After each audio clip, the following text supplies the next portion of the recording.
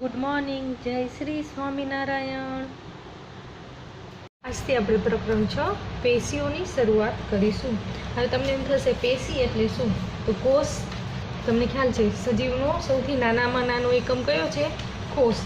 તો હવે કોષોનો સમૂહ જ્યારે ભેગા થાય ને તો એ શેનું સર્જન કરે? એ પેશીનું સર્જન કરે. એટલે કોષો ભેગા થઈને શું બનશે?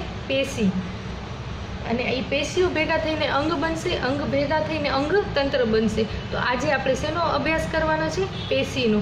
હવે એમાં પેશીમાં વનસ્પતિ પેશી અને પ્રાણી પેશી બંને હોય છે. તો બંનેનું કાર્ય પણ અલગ અલગ હશે, કેમ કે બંનેની જરૂરિયાતો પણ કેવી છે? અલગ અલગ છે. તો હવે તમને એમ થશે વનસ્પતિ પેશી અને પ્રાણી પેશીમાં શું ડિફરન્ટ છે? તો વનસ્પતિ પેશી આપણે ખ્યાલ છે, વનસ્પતિ કેવી છે? સ્થાયી છે, એક જ જગ્યાએ સ્થિર હોય છે અને ગતિ કરતી નથી. તો એની કેવી હશે? એનું સ્થાન કેવું હશે? સ્થાયી હશે. અને પ્રાણીઓમાં કેવું હશે? પ્રાણીઓના આહાર, પ્રજનન, રહેઠાણ વગેરેના માટે જરૂરી હશે એ પ્રકારની પેશી હશે. પછી વનસ્પતિ પેશી છે તે મોટાભાગની પેશીઓ કેવા હશે? આધાર અને સંરચનાકીય રીતે કેવી હશે? મજબૂતાઈવાળી હશે. અને જે બહારનું પડ હશે એ કેવું હશે? મૃત હશે. જ્યારે પ્રાણીઓમાં મોટાભાગની પેશીઓ કેવી હશે? જીવંત પેશી હશે. હવે વનસ્પતિઓમાં પ્રાણીઓની તુલના કરતાં કેવી જરૂર પડશે? ઉર્જા વધારે જરૂર પડશે. જ્યારે પ્રાણીઓમાં કેવી હશે? વનસ્પતિની તુલનામાં ઉર્જા વધારે વાપરે છે, એમાં ઉર્જા ઓછી વાપરશે, કેમ કે સ્થિર છે વનસ્પતિ, એટલે ઉર્જાની જરૂર એને કેવી પડશે? થોડી ઓછી પડશે. જ્યારે પ્રાણીઓને કેવી પડશે? એની કમ્પેરમાં વધારે પડશે. એમ જ વનસ્પતિઓની વૃદ્ધિ કેટલાક પ્રદેશ કે ક્ષેત્ર સુધી સીમિત હશે. જ્યારે પ્રાણીઓમાં એવું નથી. પ્રાણીઓ કેવું છે? એની વૃદ્ધિ મોટા ભાગે કેવી હોય છે? સમાન જ હોય છે. મનુષ્ય છે તો એની વૃદ્ધિ એક લિમિટ સુધી જ હોય છે. પછી વનસ્પતિ છે એનામાં શું છે? વર્ધમાન અને અવર્ધમાન પ્રદેશોની નિશ્ચિતતા હોય છે. હવે આ તમને આગળના ટોપિકમાં સમજાશે કે વર્ધમાન ને અવર્ધમાન એટલે શું. અને વનસ્પતિ છે ને સ્થાયી હોવાથી કેવું છે? પ્રચલન નથી, એટલે હલનચલન નથી કરતી. તો એની અનુકૂલનની આવશ્યકતા એ નથી હલનચલનની. જ્યારે પ્રાણીઓને તો શું હોય છે? પ્રચલન કરે છે, એટલે કે હલનચલન કરે છે, એક જગ્યાએથી બીજી જગ્યાએ જાય છે.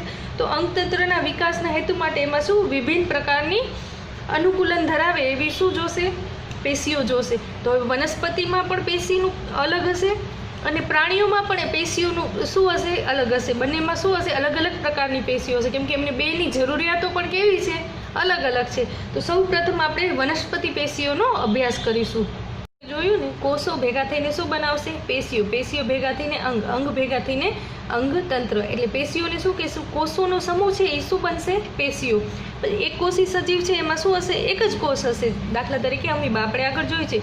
બહુકોષીય સજીવમાં શું હશે? એકથી વધુ કોષ હશે. અને હાથી, મનુષ્ય વગેરે પ્રાણીઓ તો વિશિષ્ટ કાર્ય માટે વિભિન્ન કોષોના સમૂહ ભેગા મળે ને અને નિશ્ચિત કાર્ય કરે તો એ શું બનશે? પેશી. માનવમાં સ્નાયુઓના સંકોચન અને શિથિલન એટલે હલનચલન માટે સ્નાયુ કોષો હોય છે. ચેતાકોષો સંવેદનાઓનું વહન કરે છે. રુધિર, ઓટું, ખોરાક વગેરેનું વહન કરે છે. એવી જ રીતે વનસ્પતિમાં ખોરાક અને પાણીનું વહન શેના દ્વારા થાય છે? પેશીઓ દ્વારા થાય છે. તો વનસ્પતિ પેશીના પ્રકાર જોઈશું આપણે.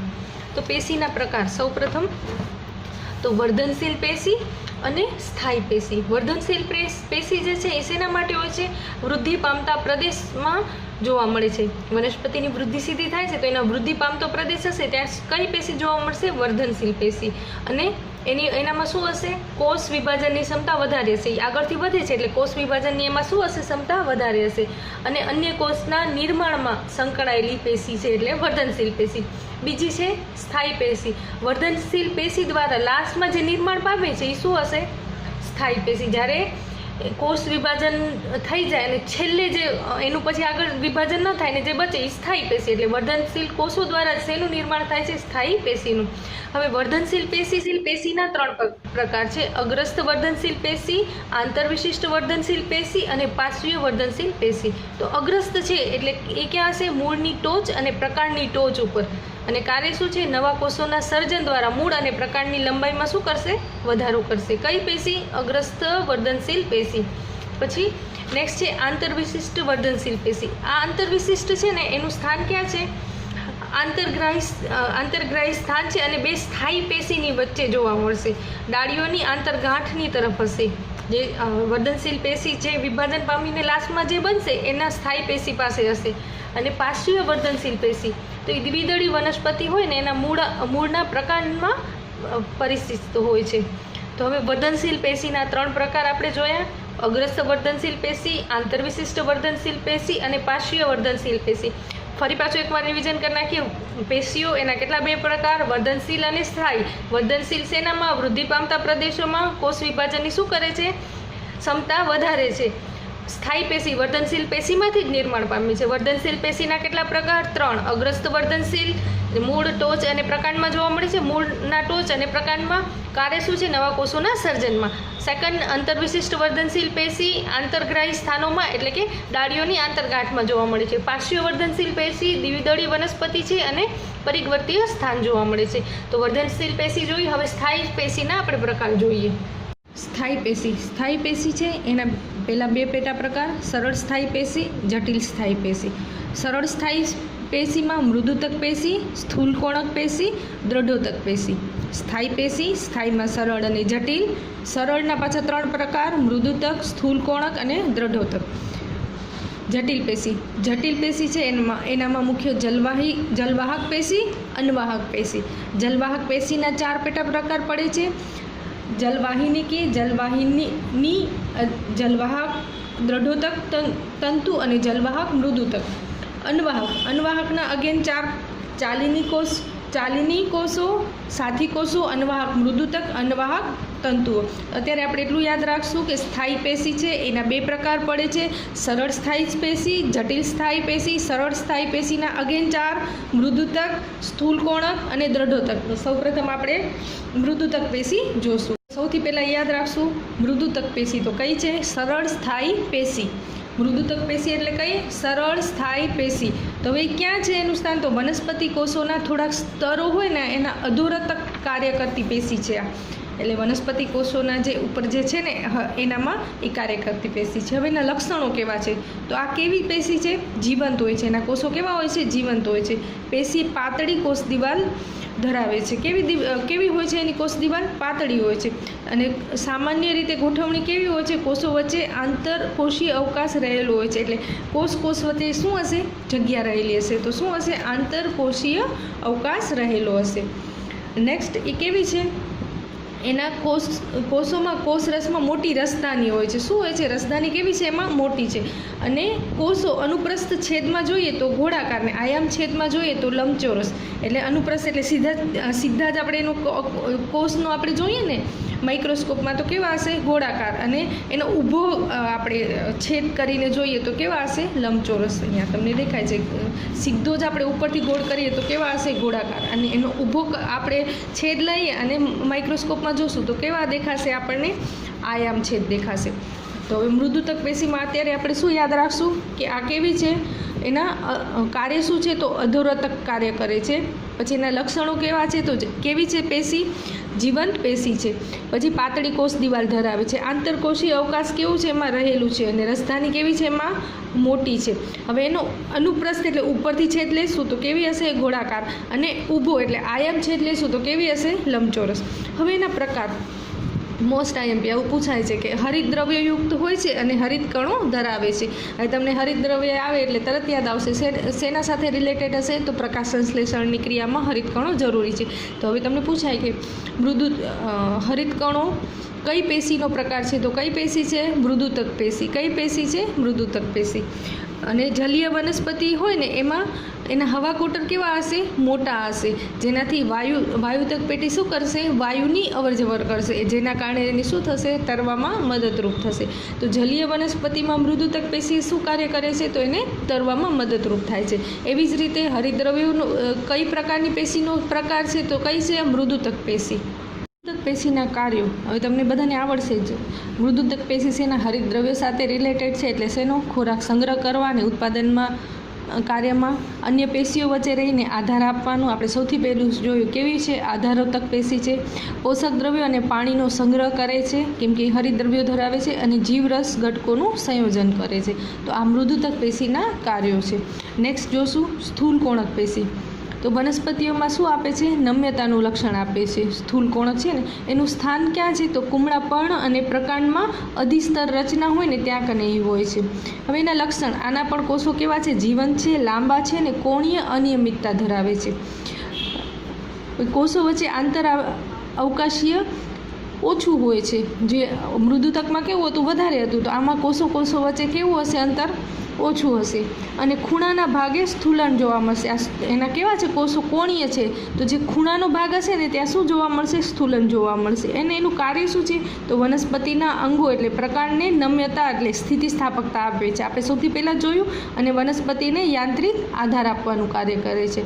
તો આ સ્થૂલ કોણક પેશીમાં આપણે શું યાદ રાખશું કે સૌથી ફર્સ્ટ શું આપે છે, એનું લક્ષણ શું છે તો કે નમ્યતા આપવાનું. સ્થાન ક્યાં છે તો કુમળા પર્ણ અને પ્રકાંડના અધિસ્તરમાં ઉપરની સાઈડ હોય ને ત્યાં. એના લક્ષણો શું છે તો કે એના કોષ કેવા છે, જીવંત છે, લાંબા છે, કોણીય છે અને કેવા છે અનિયમિત છે.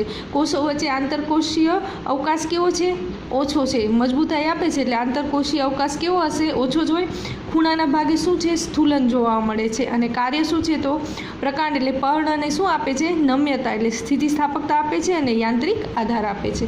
નેક્સ્ટ પેશી જોશું દ્રઢોતક પેશી.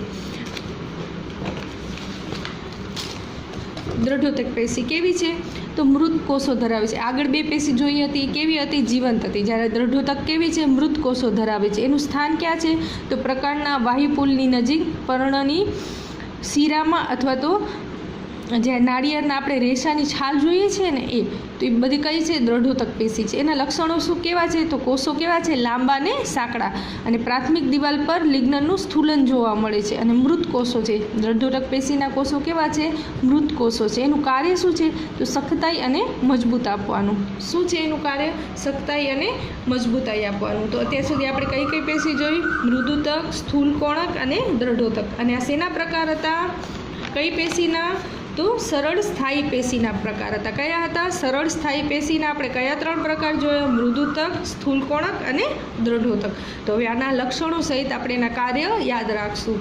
જટિલ સ્થાયી પેશી. જટિલ સ્થાયી પેશીના 2 પ્રકાર જલવાહક પેશી, અનવાહક પેશી. જલવાહક, હવે જલવાહક એટલે આપણે ઓટોમેટિક આપણા મગજમાં શું હોય જલ એટલે પાણી. તો વનસ્પતિમાં પાણી હોય, પાણી સાથે શું હોય દ્રવ્ય ખનિજ સારોનું શું કરશે વહન કરશે. ક્યાંથી કરશે દ્રવ્ય ખનિજ સારો ક્યાંથી મળશે અને મૂળમાંથી. તો મૂળથી લઈને ક્યાં સુધી પહોંચાડશે પર્ણ સુધી, કેમ કે હરિતકણો દ્વારા પ્રકાશ સંશ્લેષણની ક્રિયા ક્યાં થાય છે પર્ણમાં. તો મૂળથી ક્યાં સુધી પહોંચાડશે પર્ણ સુધી પહોંચાડશે. એની રચના એમાં 4 ઘટકોનો સમાવેશ છે જલવાહિનીકી, જલવાહિની, જલવાહક મૃદુતક અને જલવાહક તંતુઓ. તો જલવાહિનીકી અને જલવાહિની એ 2 કેવી રચના છે ઝાલરાકાર રચના છે અને કોષ દિવાલ એની કેવી છે જાડી છે અને પાણી અને ક્ષારોનું વહન ઉધ્વ દિશામાં એટલે ઉપરની દિશા તરફ કરે છે. જલવાહક મૃદુતક પેશી છે એ જલવાહક એ કેવું છે એનામાં માત્ર એક જીવંત ઘટક છે અને શેનું કરે છે ખોરાકનો સંગ્રહ કરે છે. જલવાહક તંતુઓ મજબૂતાઈનું કાર્ય આપે છે. નેક્સ્ટ છે અનવાહક પેશી. અનવાહક છે ને એ શું કરશે અંગો સુધી ખોરાક એટલે કે ખોરાકના કાર્બનિક દ્રવ્યોનું વહન કરશે. અનવાહક અન્ન છે, અન્નનું સ્વરૂપ શું હોય કાર્બનિક દ્રવ્યો, તો એ કાર્બનિક દ્રવ્યોનું શું કરશે દહન કરશે. એની રચનામાં 4 મેઇન કોષ ચાલીની નલિકા, સાથી કોષ, અનવાહક મૃદુતક, અનવાહક તંતુ. એમાં યાદ રાખશું કે ચાલીની નલિકા છે છિદ્રસ્થ કોષ દિવાલ ધરાવે છે, જ્યારે અનવાહક મૃદુતક એ તેમાં જીવંત ઘટક છે. એનું કાર્ય શું છે ખોરાકનું વહન કરે છે અને પદાર્થના વહન બંને દિશામાં થાય છે. તો અહીંયા આપણા વનસ્પતિની પેશીઓનું પાઠ પૂરો થાય છે. હવે પ્રાણી પેશીઓનું પાઠ જોશું. સ્ત્રુત લાદીસમ અધિચ્છદ એટલે શું છે અનેક સ્તરોમાં સુવ્યવસ્થિત ગોઠવાયેલી છે અને એનું કાર્ય શું છે બાહ્ય આપણને જે ઈજા થાય ને એના સામે રક્ષણ આપે છે. હવે પરીક્ષામાં પૂછાય બાહ્ય ઈજા સામે રક્ષણ આપતી પેશી કઈ છે તો કઈ છે સ્ત્રુત લાદીસમ પેશી. અને કઈ પેશીનો પ્રકાર છે તો આધિચ્છદીય પેશીનો પ્રકાર છે. હવે નેક્સ્ટ છે સંયોજક પેશી. આ બીજા નંબરની પેશી છે. પહેલી કઈ જોઈ આધિચ્છદીય પેશી જોઈ, હવે બીજા નંબરની સંયોજક પેશી. તો સંયોજક પેશી છે એ શું છે તો શરીરની 2 પેશીઓ કે અંગો વચ્ચેનું શું સંયોજક છે એટલે શું કરશે પૂરણનું કામ કરશે અને શું આપશે આધાર આપશે. તો હવે સંયોજક પેશી છે ને એના પણ પ્રકાર છે રુધિર, કાસ્થિ, સ્નાયુબંધ, અસ્થિબંધ, તંતુ ઘટક અને મેદપૂર્ણ પેશી. આ બધા શેના પ્રકાર છે સંયોજક પેશી. એક પછી એક આપણે આ પેશી જોશું એટલે તમને યાદ રહી જશે. સૌથી ફર્સ્ટ રુધિર. તો રુધિર કઈ પેશીનો પ્રકાર છે તો પ્રાણી પેશીમાં સંયોજક પેશીનો. તો રુધિર એટલે હવે રુધિર છે તો એ કેવા સ્વરૂપે હશે? પ્રવાહી સ્વરૂપની સંયોજક પેશી છે. તો હવે રુધિરના બંધારણમાં શું છે?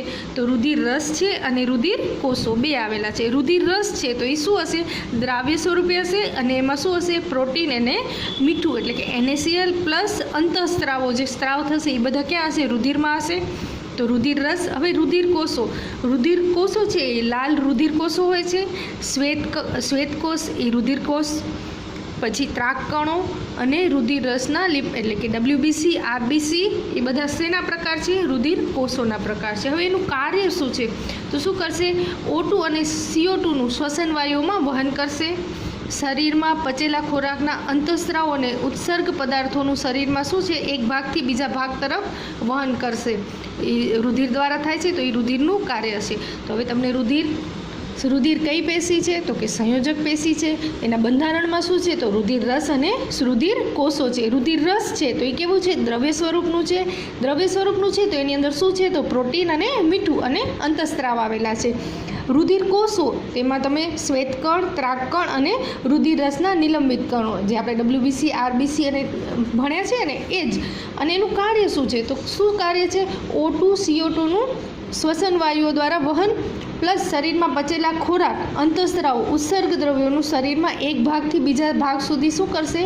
પહોંચાડવાનું કાર્ય પણ રુધિર દ્વારા થાય છે. નેક્સ્ટ છે અસ્થિ. હવે અસ્થિ એટલે આપણે ખબર છે હાડકાં એટલે હાડપિંજરનું નિર્માણ કરે તો એ શું કરશે? શરીરને એક આકાર આપશે. તો હાડકાં શેના બનેલા છે? તો કેલ્શિયમ અને ફોસ્ફરસના બનેલા છે. શેના બનેલા છે? કેલ્શિયમ અને ફોસ્ફરસના. તો અસ્થિ પેશી છે એ શેની બનેલી હશે? તો કેલ્શિયમ અને ફોસ્ફરસની. તો હવે એનું કાર્ય શું છે? તો કઠણ કેવા હોય છે? એ કઠણ હોય છે અને મજબૂત હોય. હાડકાં તો કેવા હોય? કઠણ અને મજબૂત. તો એનું કાર્ય શું હશે? તો અંગોને આધાર આપવાનું અને સ્નાયુ પેશીને જોડાણ કરવાનું. સમજાઈ ગયું? અસ્થિ સૌથી પહેલાં સંયોજક પેશીમાં આપણે શું જોયું? રુધિર. એના પછી શું જોઈ? અસ્થિ. હવે થર્ડ બંધ છે કઈ છે? અસ્થિબંધ અને સ્નાયુબંધ. અસ્થિબંધ અને સ્નાયુબંધ એટલે શું? અસ્થિ વચ્ચે શું કરે છે? અસ્થિબંધથી જોડાયેલી હોય છે. બે અસ્થિઓ હોય છે એ શેનાથી જોડાયેલા હોય છે? અસ્થિબંધથી. તો એનું અસ્થિઓને જોડાણનું કાર્ય કોણ કરે છે? તો કે અસ્થિબંધ કરે છે. હવે સ્થિતિસ્થાપક અને મજબૂતાઈ આપે છે કેમ કે જોડાણનું કામ કરે છે. એવી જ રીતે સ્નાયુબંધ પેશી સંયોજક પેશી છે અને મજબૂતાઈ આપે છે અને સ્થિતિસ્થાપકતા આપે છે. તો થર્ડ આપણે કઈ જોઈ? અસ્થિબંધ. સૌથી પહેલે કઈ જોઈ હતી સંયોજક પેશીમાં? રુધિર. થર્ડ અસ્થિ, સેકન્ડ અસ્થિ અને થર્ડ અસ્થિબંધ. હવે ફોર્થ કાસ્થિ. કાસ્થિ છે એ શું છે? પ્રોટીન અને શર્કરાના દ્રવ્યો છે એ કેવા છે? છૂટા છવાયેલા એમાં હોય છે. હવે આ કાસ્થિ છે એ ક્યાં જોવા મળે છે? તો કાન, નાક, ગળા અને શ્વાસનળીમાં જોવા મળે છે. અને કેવી છે? સ્થિતિસ્થાપક છે. અને માટે જ કાનના બાહ્ય ભાગને શું કરી શકાય છે? એને વાળી શકાય છે. શેના કારણે? કાસ્થિના કારણે. હવે તંતુ ઘટક એ કેવી છે? ત્વચા અને સ્નાયુ વચ્ચે જે જોડતી પેશી છે એ કઈ છે? તંતુ ઘટક. કોને? ત્વચા અને સ્નાયુને જોડતી. એવી જ રીતે રુધિરવાહિની અને ચેતાઓની ફરતી હોય છે એ કઈ છે? તંતુ ઘટક પેશી.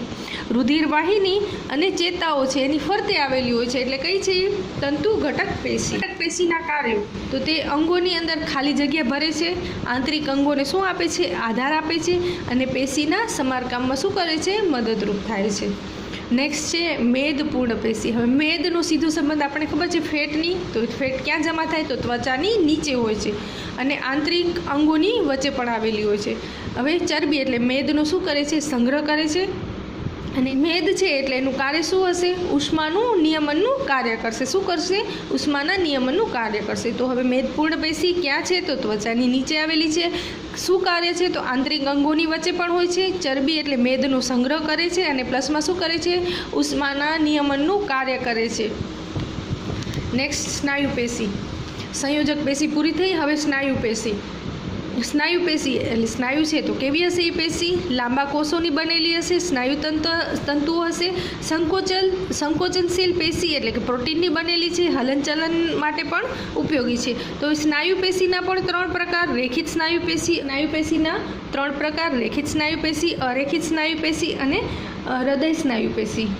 તો હવે અરેખિત સ્નાયુ પેશી તો કેવી છે? સ્નાયુ બંધ વડે જોડાયેલી છે, શરીરને શું આપે છે? ગતિશીલતા આપે છે અને કંકાલની પેશી પણ કહે છે. હવે કંકાલની પેશી કોને કહે છે એવું પૂછાય તો આપણે શું લખશું? રેખિત સ્નાયુ પેશી. નેક્સ્ટ છે અરેખિત સ્નાયુ પેશી. અરેખિત સ્નાયુ પેશી છે ને એ આંખની કીકી, મૂત્રવાહિની, ફેફસાની શ્વાસવાહિની, અન્નવાહી અને રુધિરવાહિનીની દિવાલમાં હોય છે. અરેખિત સ્નાયુ પેશી ક્યાં આવેલી હોય છે? તો આંખની કીકીમાં, મૂત્રવાહિની ને ફેફસાની, શ્વાસમાં અને અન્નવાહિની રુધિરવાહિનીની દિવાલમાં આવેલી છે. હવે એના લક્ષણો શું છે કે તો પેશીની સંરચના બીજા સ્નાયુઓ કરતાં કેવી છે? સરળ હોય છે. એટલે કેવી છે? સરળ સ્નાયુ પેશી છે. અરેખિત સ્નાયુ તંત્રોમાં ત્રાકાકાર, એકકોષી, ચપટા, છેડેથી સાંકડા અને મધ્યમ પહોળા પણ હોય છે. હવે સ્નાયુ તંતુઓ છે ને એક કોષ કેન્દ્રીય પણ હોય છે અને તેમાં આછા અને ઘેરા રંગના આડા પટ્ટા પણ આવેલા હોય છે. નેક્સ્ટ છે હૃદય સ્નાયુ પેશી. તો હૃદય સ્નાયુ પેશી કેવી છે? જીવન પર્યાપ્ત લયબદ્ધ રીતે સંકોચન અને શિથિલ પામે છે. આપણું હૃદય શું જીવન પર્યાપ્ત કાર્ય કરે છે? ક્યારે થાકે છે? તો કે ના, એનું કાર્ય ચાલુ જ રહે છે. જો થાકે તો પછી શું થાય? મુશ્કેલી થાય. તો હવે આ છે એ કયા સ્નાયુની બનેલી છે? તો અનૈચ્છિક સ્નાયુ પેશીની બનેલી છે અને તે હૃદય સ્નાયુનો આકાર કેવો છે? તો નળાકાર અને શાખિત એક કોષીનો બનેલો હોય છે. નેક્સ્ટ છે ચેતાપેશી. હવે ચેતાપેશી છે એટલે હવે આપણને ખ્યાલ જ છે ક્યાં છે? મગજ અને કરોડરજ્જુ અને ચેતાઓ વચ્ચે છે. તો હવે ચેતાપેશીના કોષો કેવા છે? તો ચેતાકોષો છે. તો ચેતાકોષોની સંરચના કેવી છે? તો ચેતાકોષોમાં કોષ કેન્દ્ર, ચેતારસ આવેલા હોય છે અને ચેતાકોષોમાંથી શું નીકળે છે? તો લાંબી, પાતળી અને શાખા નીકળે, જે તમને આકૃતિમાં દેખાય છે. તો હવે આ ચેતાકોષો છે ને એમાં અક્ષતંતુ અને શિખાતંતુ બે હોય છે. તો અક્ષતંતુ હોય છે ને એ લાંબા પ્રવર્ત ધરાવે છે, જ્યારે શિખાતંતુ એ કેવા છે? ખૂબ નાના શાખા ધરાવે છે.